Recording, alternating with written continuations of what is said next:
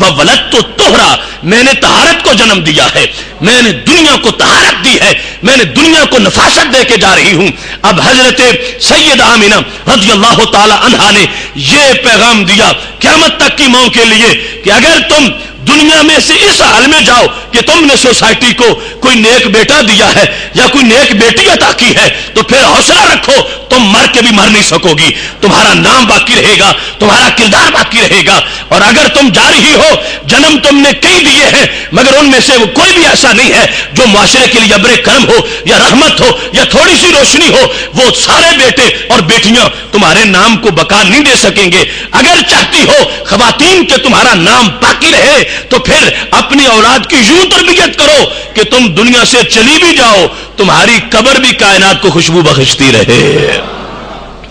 یہاں پر یہ تاریخ الخمیس کے اندر حضرت سید آمینہ رضی اللہ تعالی عنہا کی یہ پوری تقریر موجود ہے۔ پھر دیکھیے حضرت خدیجہ الکبریٰ رضی اللہ تعالی عنہا، یہ وہ عظیم خاتون ہے کہ جس وقت اسلام کے لیے میرے نبی علیہ الصلوۃ والسلام نے قدم اٹھایا ہے تو جو دوسرا قدم ساتھ اٹھا ہے وہ حضرت سیدہ خدیجہ کا قدم تھا۔ اور یہ خواتین اسلام کو کریڈٹ جاتا ہے کہ سید عالم نور مجسم شفیع معظم صلی اللہ علیہ وسلم جب حرا سے اتر کے نیچے آئے ہیں اور آپ نے دعوت حق کا اظہار کیا ہے، سب سے پہلے اس دعوت پر جس نے لبیک کہا ہے وہ ایک خاتون تھی، اور سب سے پہلے اس دعوت کا جھنڈا لے کے جو نکلی ہے وہ ایک خاتون تھی، اور سب سے پہلے علم شریعت کے تنفیذ کے لیے اور اس کے اجرا کے لیے جس نے کوششیں کی ہیں ہمارے نبی علیہ السلام کے ساتھ وہ خاتون ہے کہ فوراً بعد جس وقت دوسرے مراحل میں حضرت صدیق اکبر رضی اللہ تعالیٰ عنہ اور حضرت علی رضی اللہ تعالیٰ عنہ وہ آنے والے ہیں اور آگے بات کو اور دین کو پھیلانے والے ہیں اور کردار ادا کرنے والے ہیں، لیکن سب سے پہلے جس وقت محبوب علیہ الصلوۃ والسلام گھر آئے اور وہ فرشتے کی آمد اور سارا منظر سامنے تھا، اس وقت حضرت خدیجہ الکبریٰ رضی اللہ تعالی عنہا یہ وہ پہلی خاتون ہے جنہوں نے بات سنی بھی ہے اور ساتھ حوصلہ بھی فراہم کیا ہے۔ محبوب علیہ الصلوۃ والسلام کے لیے جو اس وقت ایک انداز تھا زملونی کا اور یہ ایک خاص صورتحال تھی، اس میں یہ نہیں تھا کہ آپ کے لیے کوئی نبوت کا پیغام اجنبی تھا اور اس وجہ سے گھبرائے ہوئے تھے کہ میں تو جانتا ہی نہیں نبوت کیا ہوتی ہے۔ گھبراہٹ یہ تھی کہ ذمہ داری بہت بڑی آ گئی ہے اور اب اس کو نبھانا بھی ہے، اس کے لیے بہت زیادہ کوششیں ہیں، جد و جہد ہے، سب کچھ سامنے تھا۔ وہ مکہ شریف سے مہاجر ہو کے نکلنا اور بدر میں تلواریں چلانا اور حنین کے مار کے، یہ ساری ذمہ داریاں پیش نظر تھیں۔ جس وقت آ کے اپنی اہلیہ محترمہ سے یہ اظہار کیا ہے کہ یہ معاملہ ہے میرے ساتھ اور میں یہ دیکھ رہا ہوں، تو حضرت خدیجہ الکبریٰ رضی اللہ تعالی عنہا کہنے لگی کلا واللہ ما یخزیکا، خدا کی قسم ہے اللہ تعالیٰ تجھے کبھی بھی پریشان نہیں کرے گا۔ کیوں؟ انک لتصل الرحم، تمہاری شان یہ ہے کہ تم صلہ رحمی فرماتے ہو، وتحمل الکل، اور لوگوں کے بوجھ اٹھاتے ہو۔ یہ پہلے دن جو شان بیان ہو رہی ہے کہ تم لوگوں کے مشکل کشا ہو اور حاجت روا ہو، تحمل الکل، جن کے بوجھ کوئی نہیں اٹھاتا ان کے بوجھ تم اٹھاتے ہو، وتکسب المعدوم، جنہیں کوئی کما کے نہیں دیتا تم ان کو کما کے دیتے ہو، اور وتقری الضیف، اور تم مہمانوں کی مہمان نوازی کرتے ہو، وتعین علی نوائب الحق، اور بندوں پر مصیبتیں آ جائیں تو مددگار تم ہوتے ہو۔ اور یہ ساری صفتیں جب رب نے تمہیں دی ہیں تو حضرت خدیجہ رضی اللہ تعالی عنہا کا یہ اندازہ تھا، گیس تھا اور تجزیہ تھا کہ جس رب نے اتنی بڑی شانیں تمہیں دی ہیں، اس رب نے جو ڈیوٹی دی ہے تمہارا یہ خلق بتا رہا ہے کہ تمہیں کوئی پریشانی نہیں ہوگی، تم سارے امتحانات میں پاس ہو جاؤ گے۔ اب حضرت خدیجہ الکبریٰ رضی اللہ تعالی عنہا کا یہ انداز اور یہ خطاب، اس میں ایک طرف تو خواتین کے لیے سبق ہے کہ جس وقت کوئی ایسا معاملہ شوہر لے کے آ جائیں تو یہ نہیں ہے کہ یہ آگے سے اس حق کی خلاف ورزی میں نکل آئیں اور وہ ایک فیصلہ کر کے نیکی کا آ گیا ہے اور یہ آتے ہی اس کو روکنے میں مصروف ہو جائیں اور اس کے لیے برا بھلا کہنا شروع کر دے، یا یہ کہ یہ کام ہو ہی نہیں سکے گا۔ حضرت خدیجہ الکبریٰ رضی اللہ تعالی عنہا نے جو تقریر کی ہے، اگرچہ وہ کام ایک مستقل نوعیت کا تھا، اس کام کا اور تصور کہیں ہو ہی نہیں سکتا، نہ نبوت آ سکتی ہے اور نہ ہی کوئی ایسا اعلان کر سکتا ہے، لیکن حضرت خدیجہ الکبریٰ رضی اللہ تعالی عنہا نے خواتین کو یہ سبق دیا ہے کہ جس وقت شوہر نامدار تمہارا کسی کام کا منصوبہ بنا کے آ گیا ہے اور کام اچھا ہے، کام برا نہیں ہے، تو تمہارا یہ کام ہے کہ تم اس کی سیرت میں جو حوصلہ افزائی والی باتیں ہیں وہ سامنے رکھو اور حوصلہ افزائی کرو، اور یہ کرو کہ اس کو ساتھ مل کر اس کام کی تکمیل کے لیے اس کے ساتھ شامل ہو جاؤ۔ حضرت خدیجہ الکبریٰ رضی اللہ تعالی عنہا کے کردار نے ایک طرف تو قیامت تک کے لیے دین حق کی جڑوں میں سیراب کرنے والا جو پانی تھا وہ عطا فرمایا ہے، اور دوسری طرف آپ نے خواتین کو ہمیشہ کے لیے ایک چمکتا کردار عطا فرمایا ہے۔ اسی معاملہ میں جس وقت ہم دیکھتے ہیں تو حضرت سیدہ عائشہ صدیقہ رضی اللہ تعالی عنہا، ان کا کردار بڑا عجیب کردار ہے۔ میرے نبی علیہ الصلوۃ والسلام خود فرماتے ہیں، طبرانی میں حدیث شریف ہے، فرمانے لگے لو جمع علم النساء هذه الامه فيهن ازواج النبي صلی اللہ علیہ وسلم كان علم عائشہ اکثر من علمهن۔ فرمایا اس پوری امت کی عالمات کو، فاضلات کو، محدثات اور مفسرات کو، مفکرات اور مجتہدات کو اور فقیہات کو، ساری امت کی علم والی عورتیں ایک طرف ہو جائیں، ان میں ازواج مطہرات بھی ہوں نبی علیہ الصلوۃ والسلام کی، فرمایا سوائے عائشہ صدیقہ کے، عائشہ صدیقہ رضی اللہ تعالی عنہا ایک طرف اور پوری امت کی پڑھی لکھی خواتین ایک طرف، جن میں دیگر ازواج مطہرات بھی ہوں، میرے نبی علیہ السلام فرماتے ہیں تنہا عائشہ صدیقہ کا علم سب سے باری ہو جائے گا۔ اتنا زیادہ رب ذوالجلال نے ان کو علم دیا ہے اور اس انداز میں فقاہت دین کی عطا کی ہے، اور نبی علیہ السلام نے صحابہ سے کہا تھا خذوا شطر دینکم من هذه حمیرہ، حمیرہ سے آدھا دین سیکھ لینا۔ عائشہ صدیقہ رضی اللہ تعالی عنہا کو حمیرہ کہا گیا۔ اب دیکھیے اگر روایت حدیث کے لحاظ سے آپ دیکھیں سارے صحابہ کتنا بڑا ان کا علمی مقام ہے اور کتنی بڑی شان ہے، ایک صحابی کے سوا باقی سارے صحابہ میں سے جس نے زیادہ حدیثیں روایت کی ہیں ان کو سیدہ عائشہ صدیقہ کہا جاتا ہے۔ حضرت ابو ہریرہ رضی اللہ تعالی عنہ کو چھوڑ کے باقی تمام صحابہ میں سے جن کا حدیث روایت کرنے میں پہلا نمبر ہے وہ سیدہ عائشہ صدیقہ رضی اللہ تعالی عنہا ہیں۔ حضرت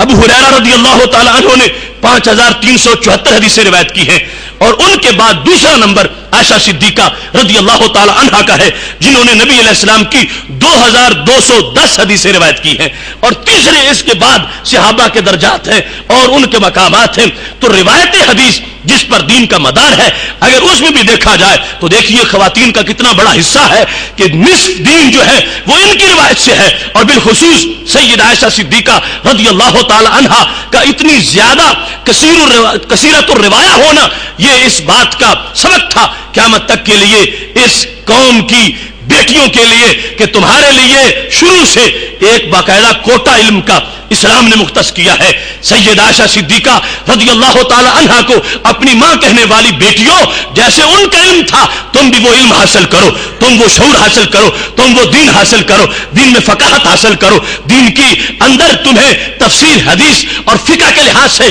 ایک مقام ملنا چاہیے۔ تو حضرت عائشہ صدیقہ رضی اللہ تعالی عنہا نے قیامت تک کے لیے اس قوم کی بیٹی کے لیے اور خاتون مسلمہ کے لیے یہ کردار رکھا ہے کہ تم ایسی نہیں ہو کہ تمہارے لیے علم کے دروازے بند ہوں اور تمہارے لیے علم ایک اجنبی چیز ہو، تمہارا علم ورثہ ہے اور تمہیں اپنی عظیم ماؤں سے، ازواج مطہرات سے یہ ورثہ تمہارے لیے معین کیا گیا ہے۔ لہذا آج بھی ایک بیٹی جس وقت اس علم کی طرف متوجہ ہوتی ہے تو ان عظیم ماؤں کی برکت سے اللہ تبارک و تعالی اس کو بھی زیور علم عطا فرما دیتا ہے۔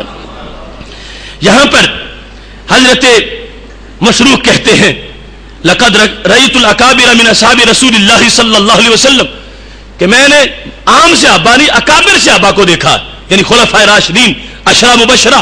اکابر صحابہ کو میں نے دیکھا ہے یسألون عائشہ عن الفرائض، وہ فرائض کے بارے میں حضرت عائشہ صدیقہ رضی اللہ تعالیٰ عنہ سے فتویٰ لیتے۔ حضرت عائشہ صدیقہ سے پوچھتے تھے، فرائض کے بارے میں پوچھتے تھے، وہ صحابہ کہ جن کی شان یہ ہے اصحابی کالنجوم بہم اقتدیتم اہتدیتم، جو خود ہدایت کے ستارے ہیں، مگر ان کو بھی جو ہدایت عطا کرے تو وہ کتنا بڑا مقام ہے۔ اس واسطے اسلام میں عورتوں کا جو کردار ہے وہ ڈمی نہیں ہے، ماند نہیں ہے، بلکہ وہ تو بہت گہرا ہے اور بہت بڑا ہے کہ جس نے یہ قیامت تک کے لیے ایک راہ دی ہے کہ گھر کے کام کے ساتھ ساتھ دین کا یہ علم جو ہے اس میں پورا ایک تمہارا مقام ہونا چاہیے، مرتبہ ہونا چاہیے۔ اور یہ پیچھے سے جو ورثہ آ رہا ہے یہ آسانی کی دلیل ہے کہ ایسا کام نہیں ہے کہ علم دین مرد پڑھے تو اس کو آ جائے اور عورت پڑھے تو اس کو نہ آئے، نہیں، جب پیچھے منبع جو ہے اس میں نصف دین عورت سے آ رہا ہے اور حضرت عائشہ صدیقہ رضی اللہ تعالی عنہا کی روایت سے آ رہا ہے، تو پتہ چلا عورت کے لیے اس میں مناسبت بھی موجود ہے اور آسانیوں کا پہلو بھی موجود ہے۔ یہاں پر سیدہ عائشہ صدیقہ رضی اللہ تعالی عنہا کی سخاوت اور ان کا یہ پہلو جو تھا وہ بھی سخاوت کے سبق کے لحاظ سے ہماری بیٹیوں کو سامنے رکھنا چاہیے۔ حضرت سیدہ عائشہ صدیقہ رضی اللہ تعالی عنہا صفت الصلاۃ میں ہے، آپ کے پاس حضرت عبداللہ بن زبیر رضی اللہ تعالی عنہ نے 1,00,000 درہم بھیجے۔ آپ نے فوراً ایک تھال منگوایا اور اس کو تقسیم کرنا شروع کر دیا۔ شام تک سب مکمل سارے کا سارا دے دیا، اور جب شام ہوئی روزہ رکھا ہوا تھا، لما امست قالت یا جاریہ حلم فطری، کو افطاری کا سامان لاؤ۔ تو گھر میں کیا سامان تھا؟ روٹی تھی اور ساتھ اس کے زیتون تھا، اس کے علاوہ کچھ نہیں تھا۔ تو پاس بیٹھنے والی نے کہا عائشہ صدیقہ 1,00,000 تم نے لوگوں کو دے دیا تو گوشت ہی منگوا لیتی افطاری کے لیے، کوئی کھانا ہی بنا لیتی۔ تو حضرت عائشہ صدیقہ رضی اللہ تعالی عنہا نے انکار کے انداز میں کہا یہ تم نے اس وقت مجھے مشورہ دینا تھا، اب مجھے مشورہ دے رہی ہو۔ یعنی اتنا ان کا مقام ہے اس سخاوت کے لحاظ سے بھی، اور اس قدر ریاضت اور مجاہدہ ہے، اتنا رب نے دیا ہے اور اس کو پھر اللہ کے راستے میں یوں دے دیا ہے اور اپنے لیے کچھ نہیں رکھا۔ یہ کھلے ہاتھ حضرت سیدہ عائشہ صدیقہ رضی اللہ تعالی عنہا کے علم کے ساتھ ساتھ ان کے اس وصف کو بھی اجاگر کر رہے ہیں، اور خاتون اسلامی کے جو آئیڈیل کردار ہیں ان کے لحاظ سے سخاوت والے پہلو کو بھی اجاگر کر رہے ہیں۔ اب چند اہم شعبے ہیں، ان کے لیے خواتین کا ایک مستقل کوٹا ہے اور وہ بھی آج بڑا ضروری ہے۔ خاتون اسلامی کے لیے عشق رسول صلی اللہ علیہ وسلم میں جو کردار آئیڈیل ہے وہ کیسا ہونا چاہیے؟ ایسی بات ہے کہ شاید انسان اس کو لے کے ساری زندگی سوچتا رہے تو کبھی بھی اس کی مٹھاس ختم نہ ہو۔ بخاری شریف میں ہے، سید عالم نور مجسم شفیع معظم صلی اللہ علیہ وسلم آپ کے ساتھ آپ کی ازواج مطہرات کا جو تعلق ہے اور اس میں جو سبق ہے ملت کی بیٹیوں کے لیے، بالخصوص یہ بات جو بھی بیان کر رہا ہوں صفت الصلاۃ میں ہے کہ حضرت ام حبیبہ رضی اللہ تعالی عنہا جو ہمارے محبوب علیہ السلام کی زوجہ محترمہ ہے اور حضرت ابو سفیان رضی اللہ تعالی عنہ کی بیٹی ہے۔ حضرت ابو سفیان نے بھی کلمہ نہیں پڑھا تھا کہ حضرت ام حبیبہ رضی اللہ تعالی عنہا پہلے ہی سید عالم صلی اللہ علیہ وسلم کے عقد نکاح میں تھیں۔ جس وقت صلح حدیبیہ کی مدت پوری ہو رہی تھی تو ابو سفیان چونکہ انہوں نے ابھی کلمہ نہیں پڑھا تھا، وہ مدینہ شریف میں ایک سیاسی دورے پر گئے اور وہ نبی علیہ السلام سے مدت بڑھوانا چاہتے تھے صلح حدیبیہ کی، چونکہ اس وقت ان کو پتہ چل گیا کہ مسلمان پوری تیاری کر کے مکہ شریف پہ حملہ کرنے کے لیے آ رہے ہیں اور فیصلہ کر چکے ہیں۔ اب ادھر کفار کی کمر ٹوٹ چکی تھی اور وہ سمجھتے تھے چلو جتنے دن صلح چلتی ہے چلے، وہ آئے تاکہ کچھ مدت بڑھائی جائے، مگر نبی علیہ الصلوۃ والسلام نے مدت بڑھانے سے انکار کر دیا کہ نہیں، جو پہلے معاہدہ تھا وہاں تک رہے گا، آگے نہیں چلے گا۔ ابو سفیان نے سوچا کہ آیا ہوا ہوں تو بیٹی میری یہاں ہوتی ہے تو میں اپنی بیٹی کو ملتا جاؤں۔ حضرت ام حبیبہ رضی اللہ تعالی عنہا کی حجرہ میں ابو سفیان آ گئے، ابھی کلمہ نہیں پڑھا تھا۔ ابو سفیان جس وقت اپنی بیٹی کے گھر میں آئے تو وہاں پر حجرہ مبارک میں سید عالم صلی اللہ علیہ وسلم کا بستر لگا ہوا تھا۔ فلما ذهب لیجلس علی فراش النبی صلی اللہ علیہ وسلم، اب باپ اپنی بیٹی کے گھر میں جائے تو بستر لگا ہوا ہو تو اس کو کوئی جھجک نہیں کہ بستر پر بیٹھ جائے۔ ابو سفیان آگے بڑھے کہ بستر پہ بیٹھوں، تو کیا ہوا؟ توت ہو، حضرت ام حبیبہ نے بستر لپیٹ دیا، اپنے باپ کو بیٹھنے نہیں دیا۔ ابو سفیان حیران رہ گئے، کتنے سالوں کے بعد بیٹی کے ساتھ ملاقات ہوئی ہے اور میں بیٹھنے لگا ہوں تو بیٹی نے بستر ہی اٹھا دیا ہے۔ تو ابو سفیان کو دوہرا خیال آیا اور اس نے کہا فیصلہ کروانا چاہیے۔